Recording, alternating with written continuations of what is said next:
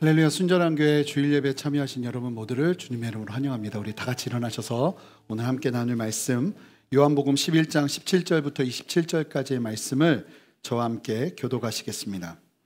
요한복음 11장 17절부터 27절까지의 말씀입니다. 제가 먼저 읽겠습니다. 예수께서 와서 보시니 나사로가 무덤에 있은지 이미 나으리라. 베다니는 예루살렘에서 가깝기가 한 오리쯤 되매 많은 유대인이 마르다와 마리아에게 그 오라비의 일로 위문하러 왔더니 마르다는 예수께서 오신다는 말을 듣고 곧 나가 맞이하되 마리아는 집에 앉았더라. 마르다가 예수께 여짜오되 주께서 여기 계셨더라면 내 오라버니가 죽지 아니하였겠나이다. 그러나 나는 이제라도 주께서 무엇이든지 하나님께 구하시는 것을 하나님이 주실 줄을 아나이다. 예수께서 이르시되 내 오라비가 다시 살아나리라. 마르다가 이르되 마지막 날 부활 때에는 다시 살아날 줄을 내가 아나이다. 예수께서 이르시되 나는 부활이요 생명이니 나를 믿는 자는 죽어도 살겠고 무릇 살아서 나를 믿는 자는 영원히 죽지 아니하리니 내 것을 내가 믿느냐. 이르되 주여 그러하외다. 주는 그리스도시요 세상에 오시는 하나님의 아들이신 줄 내가 믿나이다. 아멘. 자리에 앉으시겠습니다. 기도하고 말씀을 나누겠습니다. 하나님 감사합니다. 저희를 불러주시고 예배케 하시는 주님을 찬양합니다. 이 시간도 목마른 마음으로 주의 말씀을 대하오니 이때에 가장 필요한 말씀을 나누어 주시고 이 나누어 주시는 말씀을 통해 함께 은혜를 누리며 주님 앞에 나아가는 시간 되도록 역사하여 주시옵소서. 감사드리며 예수 그리스도 이름으로 기도합니다. 아멘. 말씀을 바로 시작하도록 하겠습니다. 지난주에 우리가 함께 본 것처럼 예수님께서 나사로가 병으로 고통받는다는 소식을 들으시자 나사로가 병으로 죽지 않을 것이라고 말씀하셨고 나사로의 지금의 어려움을 통해서 이 병으로 인해서 하나님의 영광이 드러날 것이고 뿐만 아니라 예수님도 하나님의 아들인 예수님도 영광 받으실 것이라고 선포하셨습니다. 그러시곤 예수님께서 이틀을 움직이지 않으셨죠. 사실은 그 이틀은 인간의 눈으로 본다면 예수님께서 나사로의 병을 고치실 수 있는 이틀이었습니다. 그러나 예수님은 나사로를 죽도록 내버려 두셨습니다. 나사로가 죽자 이제 제자들에게 베다니로 가자고 하십니다. 이 나사로가 있는 베다니로 말입니다. 거듭난 눈으로 보지 않으면 이해할 수 없는 예수님의 일하심, 이 기적이 시작되는 것입니다. 이 예수님의 일하심은 사실은 이 나사로 사건의 결말이 드러나는 44절까지 다 읽지 않으면 이해하기가 힘듭니다. 결국 예수님의 이해하기 힘든 일하심은 모든 사람들의 기대와 예상을 뛰어넘는 생명의 역사를 가져온 것이죠. 우리는 이것을 기억하고 오늘 말씀을 대해야 할 줄 믿습니다. 무엇보다 중요한 것은 여러분 이 나사로의 사건이 어디에서부터 시작되는가 하는 겁니다. 여러분 이 나사로 사건이 예수님께서 일하시게 되는 계기가 되는 것은 다른 데서 시작되는 것이 아니라 예수님께 마르다와 마리아가 사람을 보내서 나사로의 상황을 예수님께 알리는 데서부터 시작이 됩니다. 보시면 예수님께서 나사로가 죽었다는 사실을 누가 가르쳐 주지 않았는데도 아셨어요. 초자연적으로 하나님이신 예수님께서 아신 것이죠. 그렇다면 분명히 나사로가 아프다는 사실도 충분히 아셨을 겁니다. 그런데 그럼에도 나사로의 고통을 예수님께서 다루시기 시작하는 건 언제부터입니까? 아시는 것처럼 마르다와 마리아가 사람을 보내어 예수님께 나사로의 상황을 충분히 알리는 그 순간부터 나사로의 문제는 더 이상 나사로의 문제가 아니라 예수님의 문제가 되기 시작합니다. 우리의 문제를 예수님께 펼치듯이 전해드리는 것, 기도라고 볼 수 있겠죠. 이것이 중요하다는 것입니다. 그렇게 우리의 문제를 주님께 펼쳐드리기 시작한다면 그때부터 우리의 문제는 예수님의 문제가 되기 시작합니다. 심지어는 나사로가 죽었어도 예수님께 고백된다면 이 죽음이라는 절대적인 절망도 과정이 될 수 있다는 것입니다. 할렐루야죠. 계속해서 함께 이제 이 말씀을 살펴볼 텐데 예수님께서 이 나사로를 만나기 위해 죽은 나사로를 만나기 위해 도착하신 그 장면부터 오늘 말씀이 시작됩니다. 17절 말씀 한 목소리로 읽어보겠습니다. 함께 읽겠습니다. 예수께서 와서 보시니 나사로가 무덤에 있은지 이미 나으리라. 예수님께서 드디어 베다니에 도착하셨습니다. 그런데 이 도착한 시기를 분명하게 강조하며 오늘 말씀은 이야기하고 있습니다. 나사로가 무덤에 갇힌 지, 무덤에 묻힌 지 나흘이나 되는 시기였다는 것입니다. 특별히 본문은 나사로가 죽은 지 나흘이나 되어서야 예수님이 도착하셨다는 것을 강조하고 있습니다. 왜냐하면 당시 유대인들은 랍비들로부터 무엇을 배웠냐면, 그러니까 유대인들은 다 믿고 있는 게 뭐였냐면, 영혼이 죽으면 이 죽은 영혼이, 죽고 나면 영혼이 사람의 시신 위를, 자기의 시신 위를 3일 동안 맴돈다고. 이거 거짓이죠. 진실은 아닌데 그렇게 믿은 거예요. 왜냐하면 성경이 없었기 때문에 죽음에 대한 너무나 다양한 시각들이 있었던 겁니다. 그래서 3일을 맴도는데, 영혼이 육체의 3일을 맴도는데 3일이 지나면 이제 떠날 수밖에 없어요. 왜냐하면 시신이 3일이 지나면 극심하게 훼손되기 시작한다고 봐서 영혼이 들어갈 수 없다고 믿었던 거예요. 그래서 3일이 지나면, 죽은 지 3일이 지나면 그 죽음은 돌이킬 수 없다고 보는 것이었습니다. 그렇기 때문에 예수님께서 나사로가 죽은 지 3일 전에만 오셨어도 소망이라는 게 일어날 수 있는 상황이에요. 그런데 하필이면 예수님이요, 그 소망이 딱 끊어진 때, 정확하게 하루가 지난 나흘째 도착하신 거예요.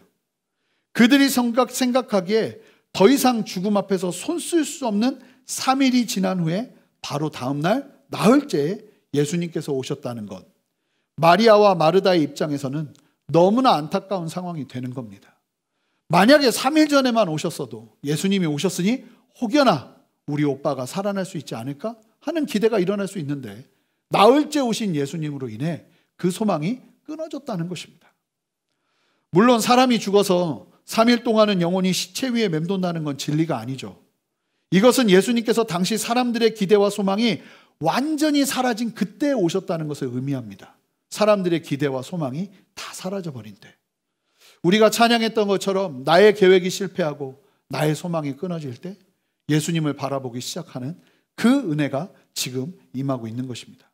결국 예수님께서 나사로가 죽은 지 나흘째 되는 때에 베다니에 도착하셨다는 것은, 예수님이 지금 오셨어도 지금 나사로의 상황은 바뀔 수 없다는 인간적인 포기가 다 일어나는 그때 예수님께서 베다니에 도착하셨다는 것을 의미하고 있는 것입니다.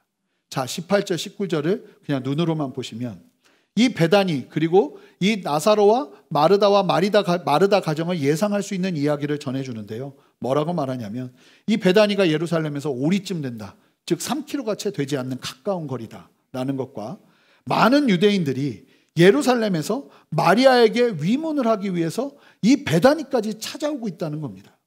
이 베다니라는 작은 마을로 대도시 예루살렘에서 많은 사람들이 조문을 하기에 온다는 건 흔한 일이 아니었습니다. 그만큼 나사로의 집안이 꽤 알려진 유력한 집안이었던 것 같습니다. 또한 베다니가 예루살렘에서 3km도 되지 않을 정도로 가깝다는 건 예수님께서 위험을 무릅쓰고 베다니로 오신다는 사실을 전해주는 것입니다. 위험한 여정이지만 감수하신 이유는 하나님의 영광을 드러내셔야 했기 때문입니다. 하나님의 뜻을 따를 때에는 때로는 이런 심각한 위험 요소를 감안해야 될 때가 있습니다. 그렇다 해도 우리의 걸음을 머뭇거리면 안 될 것입니다. 예수님처럼 담대하게 우리의 베다니로 향해야 할 줄 믿습니다. 20절 말씀을 읽어보겠습니다. 함께 읽겠습니다. 마르다는 예수께서 오신다는 말을 듣고 곧 나가 맞이하되 마리아는 집에 앉았더라. 자, 이제 예수님께서 베다니에 도착하셨어요. 나사로의 집 앞에 도착하고 계시는데 예수님이 도착하신다는 소식이 벌써 마르다와 마리에게 들립니다. 그런데 마르다는 예수님께서 오신다는 말을 듣고는 바로 나가 맞이하지만 마리아는 집에 앉아 있습니다. 이것은 두 사람의 다른 기질을 선명하게 보여주죠. 아시는 것처럼 마르다와 마리아의 이야기는 누가복음 10장 38절부터 42절에서 이미 초대교회에 알려져 있었습니다. 그 캐릭터가 분명하게 대조되는 자매죠. 어떻게 이렇게 뱃속에서 태어났는데 첫째와 둘째가 이렇게 다른지 모르겠습니다. 저희 집도 첫째와 둘째가 그렇게 다릅니다. 아니, 태교도 똑같이 했는데 너무너무 다릅니다. 그런데 마리아와 마르다도 너무 달라요. 마리아는 앉아있고 소식을 듣자마자 뛰쳐나가는 마르다입니다. 그런데 많은 분들이 마르다는 일만 하고 믿음이 없을 거라고 하는데, 오늘 말씀을 보면 마르다는요, 예수님 앞에서 엄청난 신앙 고백을 합니다. 정말로 이 마르다 안에 예수님을 향한 착한 믿음이 있었어요. 자, 예수님 앞에 나아가 예수님을 맞이하면서 마르다가 예수님을 보자마자 뭐라고 하는지 아십니까? 우리 함께 21절 말씀 읽어보겠습니다. 함께 읽겠습니다. 마르다가 예수께 여짜오되 주께서 여기 계셨더라면 내 오라버니가 죽지 아니하였겠나이다. 마르다는 뭐라고 말합니까? 예수님이 우리 오빠 나사로가 아플 때 계셨다면 분명히 치유해 주셨으리라는 믿음이 있었습니다. 그러니 나사로가 죽는 그 순간까지 누구를 기다렸을까요? 예수님을 기다렸겠죠. 게다가 예수님이 말씀하셨잖아요. 우리가 보낸 사람에게 말씀하셔서 그 얘기를 들었어요. 나사로는 병으로 죽지 않을 거라고. 하나님의 영광이 나타날 거라고. 그러니 예수님은 얼마나 고대하며 기다렸겠습니까? 그런데 예수님의 말씀과 정반대의 사건이 벌어진 겁니다. 오빠는 죽었고 예수님은 죽은 지 나흘째가 돼서야, 소망이 다 끊어져서야 나타나신 겁니다. 그런 상황이면요, 당연히 아쉬운 마음이 일어날 수 있죠. 그런데 마리아가 귀한 게 뭔지 아십니까? 이 마르다의 고백을 보며 마르다의 아쉬운 마음이 그대로 21절에 전달되는데, 그래도 마르다의 믿음이 참 착합니다. 22절 말씀 함께 읽어보겠습니다. 함께 읽겠습니다. 그러나 나는 이제라도 주께서 무엇이든지 하나님께 구하시는 것을 하나님이 이루실 줄을 아나이다. 실망하거나 예수님께 원망하거나 예수님께 마음을 막 고백하고 막 어려운 마음을 나타내지 않아요. 뭐라고 말합니까? 그런 아쉬운 마음들을 뒤로하고 예수님을 향한 변함없는 믿음을 표현하고 있습니다. 오셨으면 살리셨을 테지만 그리 되지 않아서도 예수님은 변함없이 하나님의 사람이라고 고백하고 있는 겁니다. 사실은 대부분 우리 성도님들이 이런 착한 믿음을 가지고 있습니다. 주님 앞에 분명히 응답을 받았는데 그 응답대로 드러나지 않는 상황을 바라보면서도 원망하는 분들 사실 많이 없습니다. 여전히 변함없는 신앙으로 그리 아니하실지라도 감사합니다 하면서 주님 앞에 나가는 분들이 얼마나 많아요. 이 마르다가 그런 신앙으로 나가고 있었던 거예요. 마르다의 믿음이 귀한 것이 자신이 오해하고 마음이 상할 수 있는 상황에서 참 착한 믿음을 유지하면서 예수님께 나아가고 있습니다. 어찌 보면 참 좋은 자세죠. 여전히 예수님을 신뢰하고 있다는 고백을 하고 있는 마르다입니다. 예수님이 나사로가 아플 때 오셨다면 살아나셨겠지만 이미 죽은 오빠의 죽음을 덤덤하게 믿음 안에서 받아들이고 있는 것입니다. 마르다의 믿음의 고백을 들으신 예수님은 그러나 마르다에게 놀라운 말씀을 하십니다. 우리가 이 말씀 대화를 쭉 따라가 볼 텐데요, 23절 말씀을 함께 읽어보겠습니다. 함께 읽겠습니다. 예수께서 이르시되 내 오라비가 다시 살아나리라. 아니, 너무나 놀랍고 충격적인 말씀하십니다. 내 오라비 나사로가 다시 살아나게 될 것이라고 말씀하는 겁니다. 지금 예수님은요, 마르다에게 죽은 지 나흘이나 지난 나사로, 육체가 썩어지기 시작하는 나사로, 가장 먼저 썩는 곳이 눈이라고 하잖아요. 눈은 이미 부패되어 있었고 몸도 썩기 시작했던 그 나사로를 다시 살리시겠다고 말씀하시는 거예요. 여러분, 그러면 그 얘기를 들으면 얼마나 놀라야겠습니까? 정말요? 정말 그렇게 우리 오빠를 살리신다고요? 이렇게 나와야 되는데, 놀라운 것은 도대체 믿음이 얼마나 좋은 마르다인지 모르겠지만 놀래지도 않아요. 믿음이 얼마나 좋던지 이 예수님의 이야기를 듣고는요, 너무나 당연하다는 듯이 침착하게 바로 다음과 같이 말하기 시작합니다. 우리 함께 24절 말씀 읽어보겠습니다. 함께 읽겠습니다. 마르다가 이르되 마지막 날 부활 때에는 다시 살아날 줄을 내가 아나이다. 예수님이 내가 너 오빠를 살리기 위해서 왔어 이렇게 얘기하셨어요. 그랬더니 당황도 하지 않고 마르다가 주님은 마지막 날에 우리 모두를 살리실 줄 믿습니다. 예수님께서 나사로가 살아날 것이라고, 지금 살아날 것이라고 말씀하시자 맞장구를 치며 말하죠. 마지막 날 부활 때에는 다시 살아날 줄 안다고. 좀 뭐가 좀 이상합니다. 대화가 조금 이상해요. 근데 왜 마르다가 이런 말을 하냐면, 당시 바리새인들을 통해서, 이 바리새인들이 대부분의 영적 지도자였습니다. 그리고 소수의 사두개인들이 있었는데 사두개인들은 부활을 믿지 않았지만 바리새인들은 우리의 몸의 부활을 믿었습니다. 마지막 날에.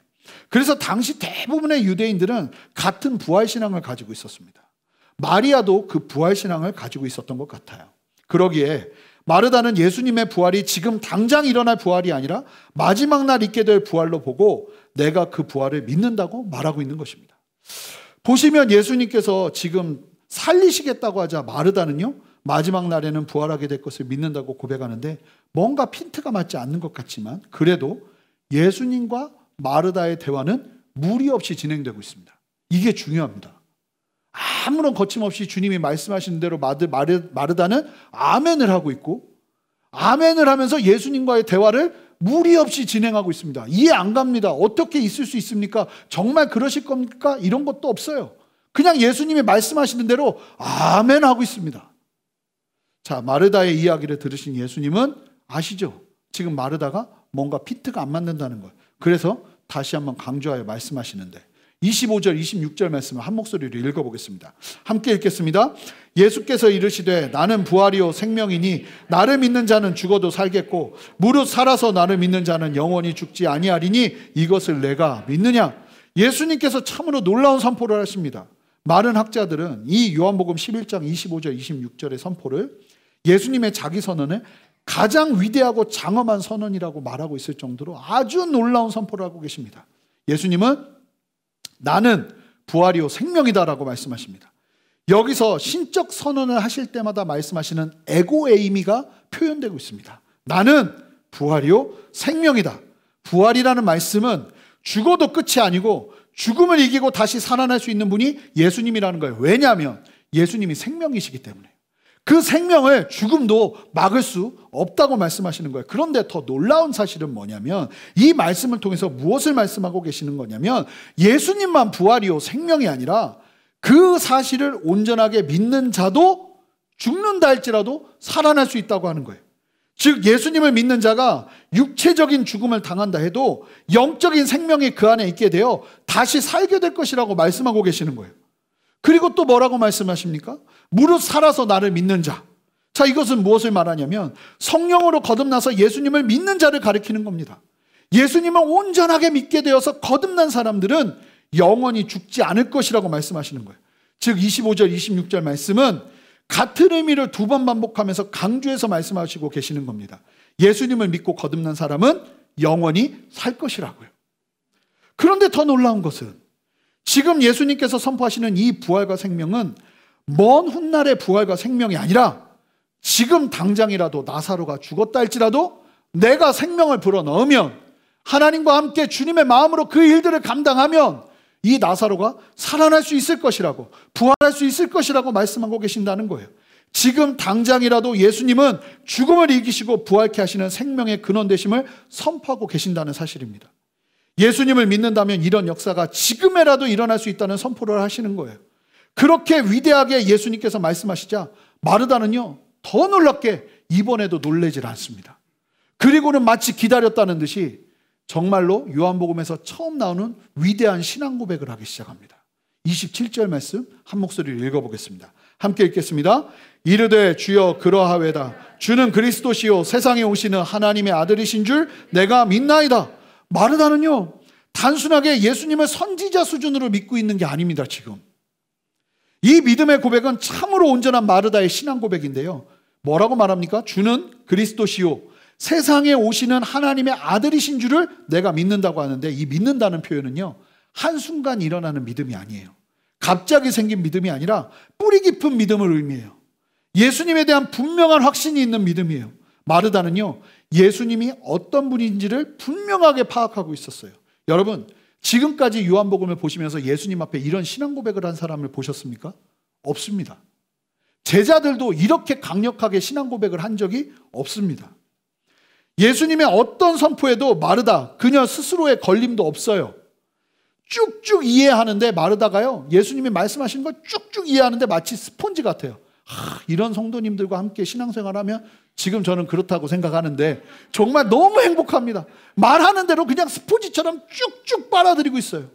예수님이 아하면 오하고 예수님이 어하면 아하면서 그렇게 예수님과 대화를 하고 있어요. 이해하지 못하고 갈등하는 모습이 없습니다. 이렇게 시원한 반응은 요한복음에서 처음 봅니다. 예수님이 말씀하실 때마다 오해가 없고 이 마르다 스스로가 쭉쭉 이해하면서 예수님의 말씀에 응답하는 마르다입니다. 심지어는 주는 그리스도시요 살아계신 하나님의 아들이시라는 베드로만 그 고백을 한 게 아니에요. 마르다가 그 고백을 한 거예요. 그렇게 나간 거예요. 그러니까 이 대화를 보세요. 얼마나 자연스럽게 이 대화가 이어집니까? 예수님이 말씀하신 걸 마르다가 다 이해해요. 그리고 놀라지도 않아요. 예수님의 그 위대한 부활과 생명의 선언 앞에서도 그리하실 줄 믿습니다. 이렇게 이야기하고 있어요. 그런데요, 다음 주에 볼 본문이지만 오늘 말씀과 연결되기 때문에 오늘 말씀을 다양하게 해석할 수 있겠지만 저는 오늘 이 시각으로 말씀을 좀 볼 겁니다. 다음 주에 볼 본문인데 함께 요한복음 11장 39절 말씀을 읽어보겠습니다. 함께 읽겠습니다.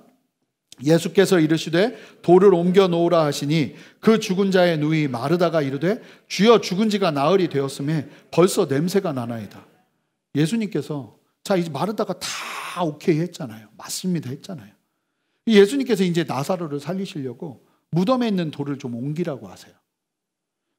그 당시의 무덤은 이 예루살렘 이스라엘 사람들의 무덤은 이 땅에 파묻는 것이 아니라 동굴을 사서 그 동굴을 만들어 놓고 거기에 시신들을 몇 구를 집어넣고 돌로 옮겨 놓는 것이 그게 무덤이었습니다. 그래서 돌을 치우라고 하세요. 그러자 마르다가요, 아니 지금 이렇게 자연스럽게 예수님의 말씀에 다 호응한 마르다가 예수님한테 뭐라고 말하냐면 지금 뭐 하십니까? 예수님의 일을 막기 시작합니다. 죽은 지 나흘이나 돼서 벌써 냄새 나는데 예수님 지금 뭐 하십니까? 지금 무엇을 하시는 거냐고 말하고 있는 마르다예요. 이게 뭐죠? 분명 오늘 본문에서 예수님은 하나님께 무엇이든지 구하면 응답받을 수 있는 분이라고 고백했고 나는 부활이요 생명이고 나를 믿는 자도 그 생명의 부활을 경험하게 될 것이라고 선포하는 예수님을 향해서 주는 그리스도시요 살아계신 하나님의 아들이라는 위대한 믿음의 고백을 한 마르다인데 여러분 마르다를 보세요. 얼마나 착한 믿음인가요? 어떤 상황에서도 예수님을 향한 원망이 없고 변함없는 신뢰가 있는 마르다예요. 변함없이 예수님을 사랑하고 위대한 신앙 고백까지 하고 있는 마르다인데요.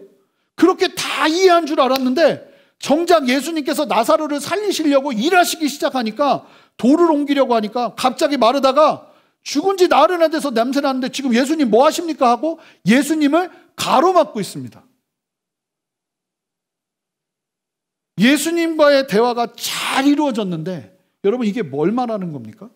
결과적으로 보니까 대답만 잘했지 예수님의 뜻을 제대로 이해한 게 하나도 없어요. 여러분 저는 이걸 이제부터 마르다식 커뮤니케이션이라고 얘기할 겁니다. 우리 성도님들 안에 지금 마르다식 커뮤니케이션을 하고 있는 것 같습니다. 별로 좋은 내용은 아닙니다. 이런 마르다식 커뮤니케이션이 뭔가 제가 예를 하나 들어보겠습니다. 제가 결혼을 할 때 5년 반 동안 연애를 했는데 이제 그 극심한 반대가 있었습니다. 그래가지고 이제 도저히 안 될 것 같아서 제 아내가 선교단체에서 훈련을 받았었는데 가정상담학교라는 곳을 들어가서 훈련을 받기로 결정하고 직장을 다 그만두고 그쪽으로 들어가게 됐었어요. 그게 결혼하기 바로 전 일입니다. 그때 이제 가정상담학교에 들어가서 하나님이 원하시는 가정에 대한 그림들을 보면서 굉장히 많은 치유와 회복이 있었어요.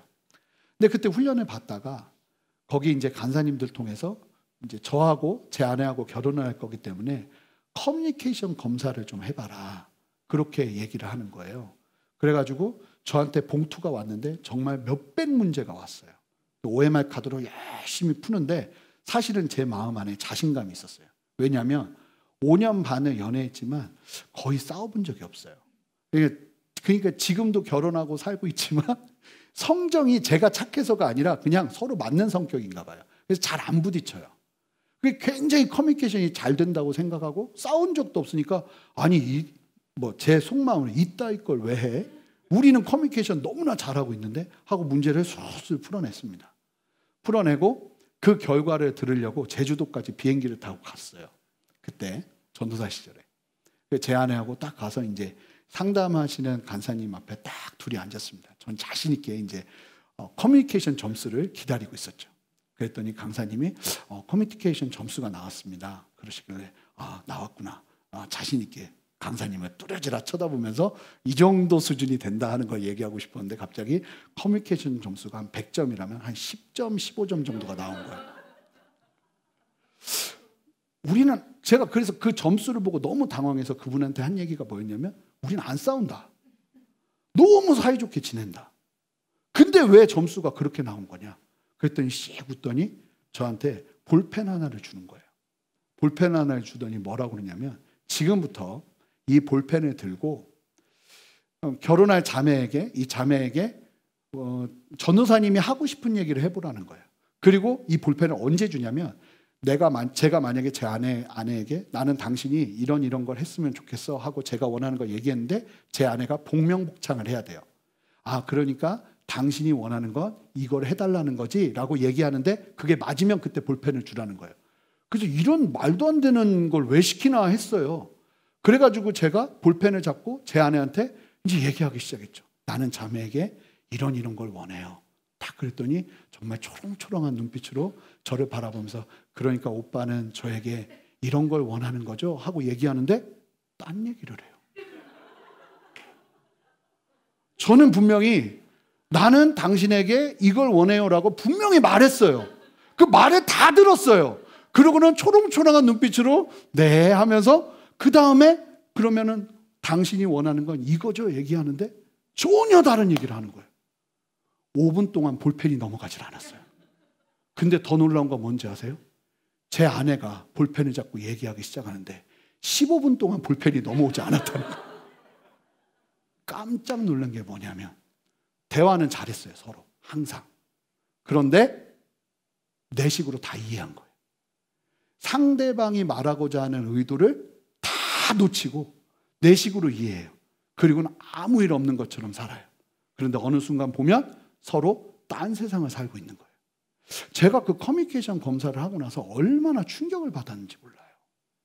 그런데 여러분, 지금 마르다가 예수님과 대화를 하고 있잖아요. 이 커뮤니케이션을 하고 있어요. 마르다의 대답은 기가 막히게 잘하는데 예수님의 말씀을 전혀 다르게 이해하고 있다는 거예요. 그렇다고 해서 마르다의 신앙이 없는 게 아니에요. 예수님을 사랑하지 않는 게 아니에요. 얼마나 착한 믿음입니까? 원망이 없고 변함없이 예수님을 사랑하고 올바른 신앙 고백까지도 하고 있는 마르다인데 그런데도 이런 결과가 나올 수 있다는 거예요. 여러분, 마르다는 너무나 당연하게 자신이 이해하고 있는 것이 맞다고 생각하며 그 다음에 이어지는 예수님과의 대화까지도 계속 그렇게 오해로 점철되는 이해를 하면서 예수님과 관계하기 시작합니다. 그렇다면 왜 마르다는 예수님과 이와 같은 잘못된 소통을 하기 시작한 것일까요? 여러분, 그 이유는 다른 데 있지 않고 마르다의 믿음에 한계에 있다고 볼 수 있습니다. 예수님은 마르다가 생각하는 한계는 뭐냐면 병은 고치세요. 죽을 병도 살리세요. 그런데 마르다의 믿음은 여기까지예요. 아무리 예수님이어도 죽으면, 그리고 죽은 지 나흘까지 되면 이 죽음만큼은 방법이 없다는 자신만의 믿음의 한계가 있는 것이죠. 그래서 그 이상은 상상하지도 못하고 기대하지도 못하고 주님이 말씀하셔도 믿음의 눈을 들지 못해요. 다른 이해를 하는 거죠. 마르다에게는 예수님이 부활이고 생명이어도 나사로가 죽은 지 나흘이나 되는 이 문제는 예수님은 어찌하실 수 없는 거예요. 마르다 스스로 가지고 있는 믿음의 한계가 예수님과의 소통을 왜곡시키고 있다는 겁니다. 믿음을 가로막는 굳어진 확신, 이 굳은 확신이 마르다에게 있자 예수님의 말씀이 왜곡되기 시작합니다. 그런데 여러분, 마르다만 그런가요? 우리 모두도 누구라도 반드시 이 왜곡된 믿음이 있습니다. 이 다른 믿음이 왜곡된 렌즈처럼 우리의 마음에 있어서 우리가 말씀을 들으며 아멘을 외치며 믿음의 고백을 올려들어도 마르다처럼 전혀 다른 이해를 가질 수 있다는 겁니다. 주님이 말씀을 아무리 하셔도 맞습니다, 아멘입니다, 내가 그렇게 살겠습니다 하고는 전혀 다른 모습으로 살 수 있다는 겁니다. 왜 왜곡된 렌즈, 이 굳어진 잘못된 믿음의 한계가 우리 안에 있는 것이고, 그렇다면 우리는 이 왜곡된 렌즈를 어떻게 해결해야 할까요? 여러분, 예수님은 의도적으로 왜 나흘이 된 시점에 나타나셨을까요? 왜 나사로가 죽도록 내버려 두셨을까요? 그 이유가 바로 여기 있는 것입니다. 아셔야 합니다.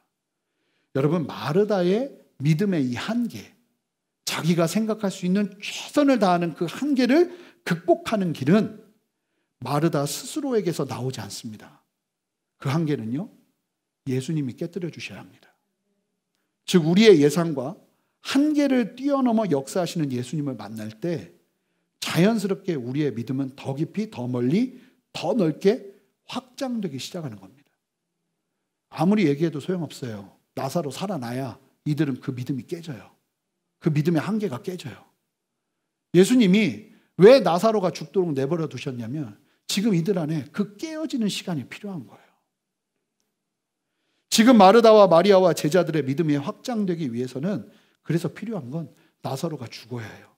그래서 주님은 우리를 광야로 이끄시는 거예요. 그런 상황을 만나도 마르다처럼 우리가 예수님을 불신하지 않죠. 광야에 들어가도 응답이 되지 않아도 여전히 착한 믿음으로 예배를 드리고 믿음의 고백도 올려드리지만 마음 깊은 곳에는 믿음의 한계 속에서 포기가 일어나는 거죠. 착한 믿음 안에서 일어나는 포기들이요. 이거는 하나님도 못하셔. 하나님도 어쩔 수 없어. 그러면서 끊임없이 잘못된 커뮤니케이션이 주님과 일어나게 되는 겁니다. 기도를 해도 내 방식대로 이해하고 내 믿음의 한계로 예수님의 일하심과 역사하심을 제한해버리고 그런 안타까움이 일어나는 거예요. 여러분, 이건요 우리가 깰 수 있는 게 아니에요. 주님이 깨주셔야 돼요. 그러기 위해서 주님은 우리를 광야로 이끄세요. 히브리서 12장 2절의 상반절 말씀을 함께 읽어보겠습니다. 함께 읽겠습니다. 믿음의 주여 또 온전하게 하시는 이인 예수를 바라보자. 여러분, 예수님께서 우리를 온전하게 하시는 것이지 우리가 우리의 믿음을 온전케 하는 게 아닙니다. 잘 하셔야 됩니다. 믿음을요 내가 온전케 하는 것처럼 보이지만 주님이 우리의 믿음을 온전케 이끌어 주셔야 됩니다. 끊임없이 주님은 고난과 고통 속에서 그 한계를 뛰어넘게 하시면서 우리의 믿음을 확장시키세요. 제가 주님의 일하심을 보면서 제 생각이 깨어지고 제 마음들이 시각이 넓어지게 되면서 제가 보면 제 믿음이 좋아서 그러한 일들이 일어난 것이 아니라 주님의 역사 속에서 순종하다 보니 주님이 제 믿음을 계속 깨뜨리신 거예요. 그렇게 우리의 믿음을 온전하게 하시기 위해서 예수님은 우리의 한계를 깨뜨리시는 거예요. 그래서 나사로가 죽기까지 기다리시는 거예요. 기다리세요. 우리의 믿음의 한계점을 만나게 될 상황까지 예수님은 기다리십니다. 그리고 나사로를 살리시는 예수님을 만나면서 믿음의 한계가 확장되는 겁니다. 저도요, 예수님께서 이렇게 나사로가 죽기까지 기다리신 것처럼 주님이 마치 내 상황과 내 환경을 묵도하시고 그냥 방관하시고 내버려 두셨다라고 생각할 정도의 힘들고 어려운 상황을 몇 번을 만났습니다. 더 이상 절망이구나, 방법이 없겠구나, 내 힘으로 할 수 있는 게 하나도 없구나, 이제 하나님도 어찌할 수 있는 상황이 아닐까? 왜 하나님은 지켜보기만 하시지? 그런데 돌아보니까요, 그럴 때마다 절망은 소망이 되었고 더 이상 방법이 없다고 여겼는데 방법은 항상 있었고 하나님께서 함께 하시니 나의 힘으로 할 수 없는 일을 하게 하시는 은혜를 입었더라고요. 여러분, 예수님을 따르는 중에 배고프고 굶주리는데 음식이 나올 길이 없는 상황이 되어야 오병이어의 기적은 시작됩니다. 그러면 다음부터요 믿음의 시각이 넓어집니다. 음식이 나올 곳이 없는 광야 한가운데서도 예수님의 먹이심을 기대할 수 있는 겁니다. 믿음의 시야가 확보되는 거죠. 극심한 폭풍 한가운데서 더 이상 배를 끌고 갈 수 없겠다 싶을 정도의 절망의 상황 한가운데 서야 예수님은 무리를 걸으십니다. 폭풍 속에서도 이제 예수님을 기대할 수 있는, 이제 또다시 폭풍을 만나도 예수님을 기대할 수 있는 믿음의 시야가 우리에게서 확보되는 겁니다. 200만이 넘는 이스라엘 백성들이 자신들의 뒤를 바짝 쫓아오는 애국 군대를 뒤로하고 앞으로는 홍해를 만나는 절대절명의 상황을 만나야 홍해는 갈라집니다. 이제 절망의 상황에서도 소망을 바라보는 믿음의 시야가 확보되는 것입니다. 예수님은 나사로가 죽었으니 이제 일해야 한다 하시죠. 그리고 이 일을 통해서 나사로를 살리심으로 예수님은 병을 고치실 뿐만 아니라 부활이요 생명이셔서 죽음까지도 이기시는 분이라는 믿음의 시야를 확보케 하십니다. 그렇게 될 때 우리의 하나님과의 소통은 더욱더 건강해지는 것입니다. 주님의 시각으로 함께 바라보며 절망 중에서 소망을 선포할 수 있는 담대함과 힘을 얻는 것입니다. 사랑하는 성도 여러분, 이제 말씀을 정리하겠습니다.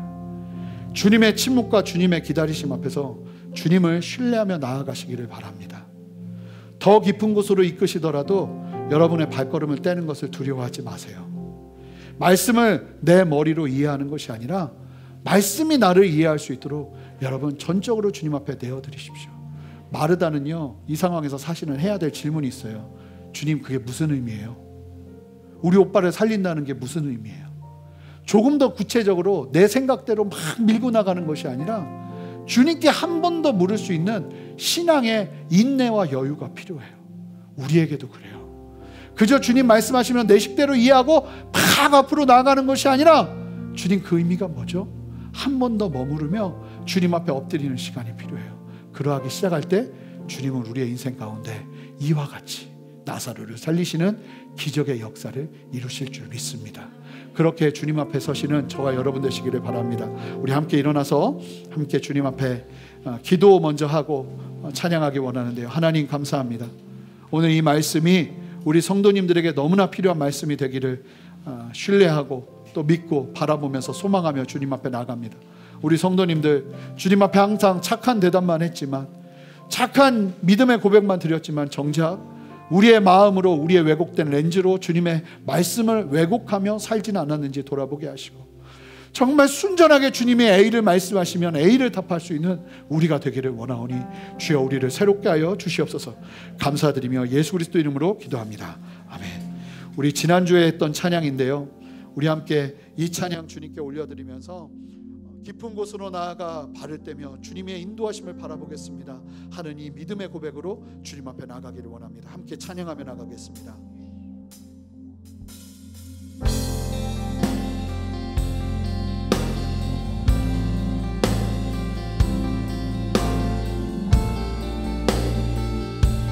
우리 함께 고백합니다. 거친 바다 바라볼 때, 거친 바다 바라볼 때 큰 두려움에 나 잠기고 모든 소망 사라지네. 나의 마음 무너져 내리고 거센 폭풍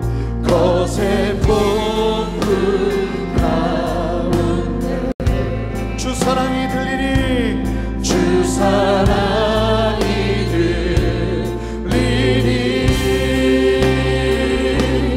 나의 작은 발걸음 주님을 향해 내딛네. 주를 향해 내딛네. 깊은 곳에 나아가 내 발을 떼네.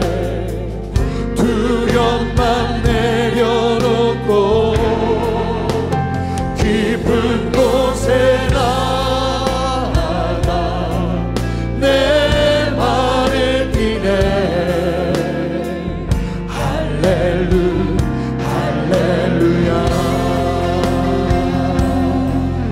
다시 한 번 더 믿음의 눈을 들어 고백합시다. 거친 바다 바라보며 나아갑니다. 그러나 믿음의 눈 들어 주님 바라보며 섭니다. 거친 바다 바라볼 때 큰 두려움에 나 잠기고 모든 소망 사라지네. 나의 마음 무너져 내리고 거센 폭풍 가운데 두 손을 듭시다. 주 사랑이 들리니 나의 작은 발걸음, 나의 작은 발걸음 주님을 향해 내딛네. 주를 향해 내딛네. 깊은 곳에 나아가 내 발을 떼네. 두려움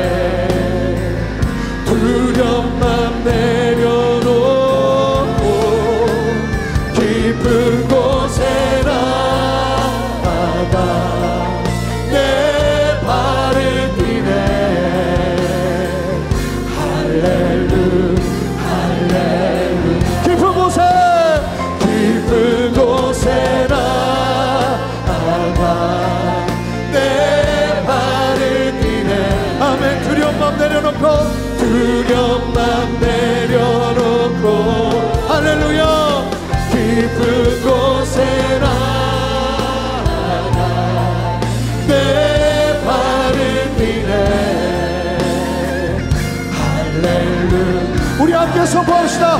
넘쳐나네, 넘쳐나네, 넘쳐나네, 넘쳐나네. 주를 향한 내 속에 갈망이 주님께로 아멘. 날 이끌어 주소서. 주님을 더 우리 함께 목소리 높여 선포합시다. 넘쳐나네, 넘쳐나네, 넘쳐나네. 주를 향한 내 속에 갈망이 주님께로 날 이끌어 주소서. 우리 다시 한번 선포합시다.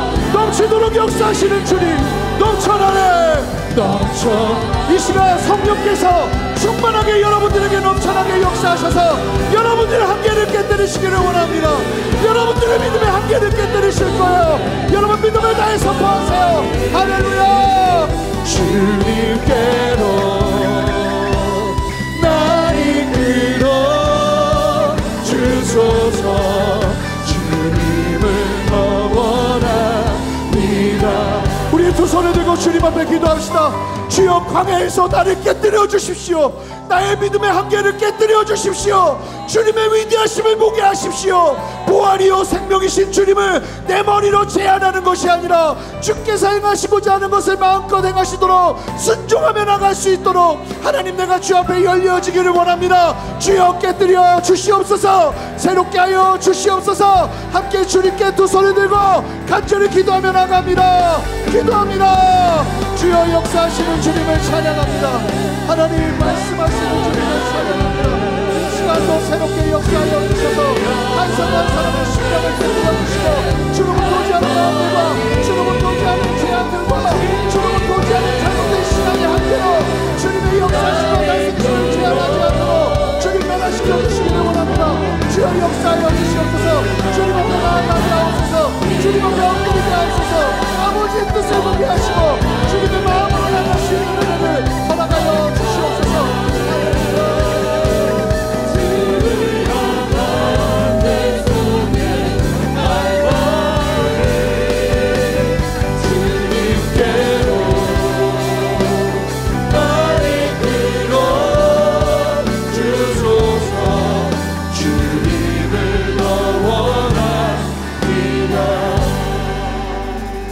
기도하는데 계속 드는 마음이 하나가 있는데요. 여러분, 이 시간 여러분들 안에 하나님 앞에 기도를 하지만 주님의 뜻은 중요하지 않아요. 이것만은 주님 반드시 해주셔야 됩니다 하는 그 절대적으로 깨어지지 않는 나의 그 어떤 제목들이 있을 수 있어요. 주님의 응답은 중요하지 않아요. 이거는 그냥 내 삶 속에서 주님이 무조건 해주셔야 돼요. 그런데 여러분, 주님의 역사는 우리가 그것들을 깨뜨리기 시작하는 그때부터 주님은 역사하세요. 어쩌면 더 기다리세요. 나사로가 죽을 때까지 기다리셨던 것처럼요. 주님이 이 시간 여러분들에게 도전하십니다. 그거 내려놓고 그거 깨뜨리고 주님이 행하시는 그것들을 바라보면서 마음껏 열린 마음으로 주 앞에 서는 그 결단이 우리에게 있기를 소망합니다. 주님께서 하시고자 하는 대로, 주님께서 이끄시고자 하는 대로 그렇게 순종하며 주 앞에 나아가겠사오니 하나님, 나의 고백과 나의 고백과 결단 위에 주여 역사하여 주시옵소서. 새롭게 하여 주시옵소서. 우리 주님의 이름 한번 그렇게 부르며 그렇게 기도하기를 소망하는 사람들마다 두 손을 들고 주님 앞에 주여 한번 외치며 기도합니다. 주여, 주님, 우리를 새롭게 하여 주시옵소서. 하나님, 이 시간 만나 주십시오. 이 시간 깨뜨려 주십시오. 이 시간 역사하여 주십시오. 주로부터 오지 않은 마음들, 주로부터 오지 않은 생각들, 주로부터 오지 않은 강력한 내 자, 아버지, 깨뜨려지지 않는 내 마음, 내 욕심, 내 생각들, 아버지, 이제 내려놓고 주님 앞에 열린 마음으로 아르다의 신앙이 아니라 정말 열린 신앙으로 주님 행하심을 바라보는 참된 은혜를 누리기를 원하오니 주여 역사하시고 함께 하셔서 주님의 행하심과 주님의 일하심을 마음껏 보게 하여 주시옵소서. 그렇게 새 일을 행하시는 주님을 찬양합니다. 주님이 일하십니다. 주님이 일하세요. 여러분들의 고백을 통해서 일하십니다. 주님 말씀하십니다. 주님이 역사하십니다. 주님 앞에 여러분의 마음들을 올려드리세요. 다 내어드리세요. 자유케 하세요. 불어넣으세요. 자유케 하세요. 할렐루야. 주님의 자유가, 주님의 불어넣음이, 주님의 다스리심이 이곳 가운데 충만하게 임할지어다. 역사하시옵소서. 주님 제한하지 않게 하시고 주님께서 역사하시는 대로 마음껏 주님 나아갈 수 있도록 은혜 베풀어 주시옵소서. 주님 인도하여 주시옵소서. 함께하여 주시옵소서. 주님 보게 하시옵소서. 알게 하시옵소서. 아멘. 아멘. 하나님, 오늘 이 말씀을 통해 우리에게 도전하여 주시니 감사합니다. 주님, 예수님께서 지금 하시고자 하는 일이 뭡니까? 마르다가 기대하고 생각하는 것보다 더 크고 위대한 일 아닙니까? 나사로가 살아나는 일 아닙니까? 그런데 그 살아나는 그 놀라운 위대한 일을 내 생각과 내 개념으로 막고 있었다면, 아버지, 그 마르다의 모습이 나의 모습이었다면 하나님, 이 시간 우리에게 찾아오셔서 그 믿음을 깨뜨려 주시고, 아니 깨어질 수 없는 우리의 믿음이라면 주님 상황과 환경을 통해서 역사하시는 주님의 그 놀라운 손길을 경험하며 깨어지는 하나님의 그 살아계심을 경험하는 참된 역사가 우리 모두에게 일어날 수 있도록 주여 역사하여 주시옵소서. 기도를 해도 간구를 해도 신앙생활을 해도 하나님의 그 깨뜨리심을 경험하지 못했다면 하나님, 기도하는 가운데 이제 그 새로운 하나님의 살아계심의 역사가 풀어지게 하시고 역사되어지게 하시고 다스려지게 주님 역사하여 주시옵소서. 믿음 없음이 떠나가게 하시고 하나님의 그 새로운 일하심이 우리 성도님들의 삶 가운데 충만하게 임하기를 원하오니 주여 역사하시고 함께하여 주시옵소서. 이 시간도 목마른 마음으로 주님 앞에 나온 우리 성도님들의 삶 속에 이와 같은 마르다와 마리아와 나사로의 절망 같은 상황을 만나고 계신 분들이 계신다면 이 시간 친히 찾아가셔서 주님 찾아오셔서 말씀하시고 행하시는 그 주님의 다스리심을 경험하며 풀어지며 다스려지는 그 다스림의 경험을 누리게 하시기를 원하오니 주여 인도하시고 함께하여 주시옵소서. 포기해버린 마음들, 이미 내 머릿속에서 주님이 하실 일들을 제한해버린 그 영역들 주님 살아나게 하시고 풀어놓아 다니는 역사가 일어나게 하시고 하나님의 그 생명을 경험하며 다시 한번 새롭게 되어지는 역사를 보게 하시기를 원하오니 주여 일하여 주시옵소서. 감사하는 마음으로 주님 앞에 드리는 헌물을 주님 기뻐 받아주시고 주님 앞에 드리는 그 마음 위에 역사하시는 주님 보게 하여 주시옵소서. 이제는 우리 주 예수 그리스도의 크신 은혜와 아버지 하나님의 무한하신 사랑과 성령의 내주하심과 교통하심과 신실한 역사하심이 오늘 말씀을 기억하며 주님의 진리 위에 든든히 서서 주님의 말씀을 따라 제한하지 아니하고 열린 마음으로 부활이요 생명이신 예수님을 경험하기를 소망하는 함께 예배하는 모든 성도님들과 성도님들의 가정과 직장과 삶의 모든 터전 위에 순전한 교회와 이 땅의 모든 교회들과 이 나라와 온 열방 위에 이제로부터 영원토록 함께 하시기를 간절히 축원하옵나이다.